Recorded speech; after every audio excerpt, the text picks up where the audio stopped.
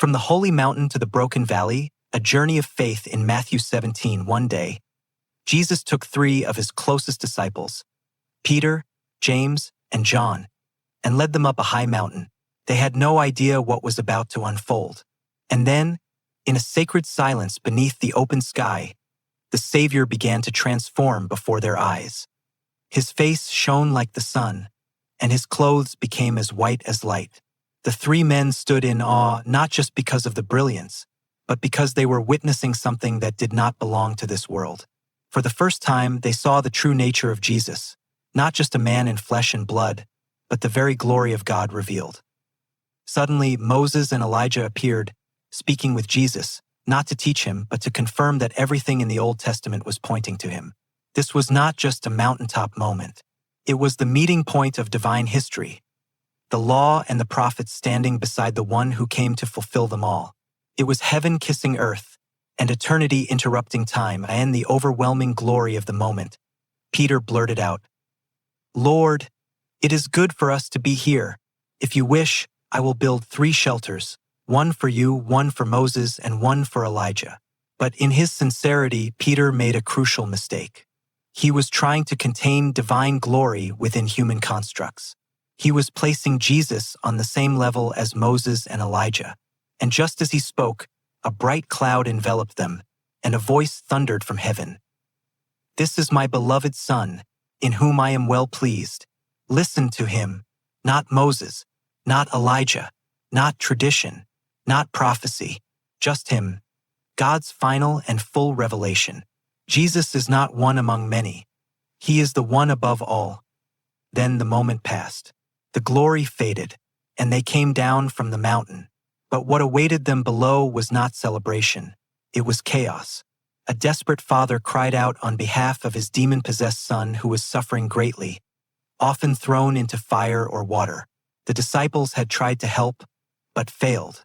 And Jesus, the one who had just stood in heavenly light, now stood amid human brokenness and said with sorrow, "O unbelieving and perverse generation, how long shall I stay with you? How long shall I put up with you?" And then, with authority, he rebuked the demon. The boy was healed immediately. No rituals, no theatrics, just the power of the Son of God unleashed in compassion. Later, the disciples came to Jesus in private and asked, "Why couldn't we drive it out?" And Jesus answered with piercing honesty, "Because of your little faith." But he didn't stop there. He gave them a truth that would echo through generations. If you have faith as small as a mustard seed, you can say to this mountain, "Move from here to there," and it will move. Nothing will be impossible for you. He was not speaking of size, but of substance. A mustard seed is tiny, but alive. And that's what Jesus requires, not a faith that is flashy, but one that is living. Not a faith that is loud, but one that is rooted. If it is real, even if it is small, it carries divine potential to move the mountains of fear, shame, addiction, failure, doubt, and darkness. Then, as the chapter closes, a small but profound story unfolds. Some temple tax collectors asked Peter whether Jesus pays the temple tax.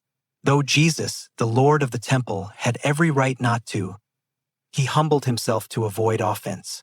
He told Peter to go fishing, and in the mouth of the first fish he caught, there would be a coin, enough to pay the tax for both of them. Why such a strange miracle? Because God's provision doesn't always come from expected places. Even the mouth of a fish can carry divine supply when the master commands. And more than that, Jesus teaches his disciples to live not for their rights, but for love, to serve with humility, even when they have nothing to prove. They left that place quietly. The road ahead led to Jerusalem, to the cross. But something had changed. They had seen glory. They had tasted failure. They had heard the voice of God. They had watched demons flee. And they had learned what real faith looks like. Matthew 17 is not just a historical account. It is the blueprint of the believer's journey. We ascend the mountain to see Jesus as he is, but we must come down into the valley to reveal him to the world. The mountain is not where we build shrines. It's where we are transformed. And from there, we are called to bring heaven's light into earth's pain. Because true faith is not about staying on the heights. It's about walking in love in the depths.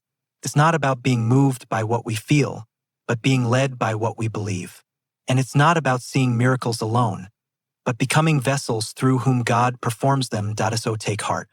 If your faith feels small, remember, a mustard seed is all it takes. And the one who stood shining on the mountain is the same one who walks with you through every valley. The glory is real. The pain is real. But more real still is His power, His promise, and His presence.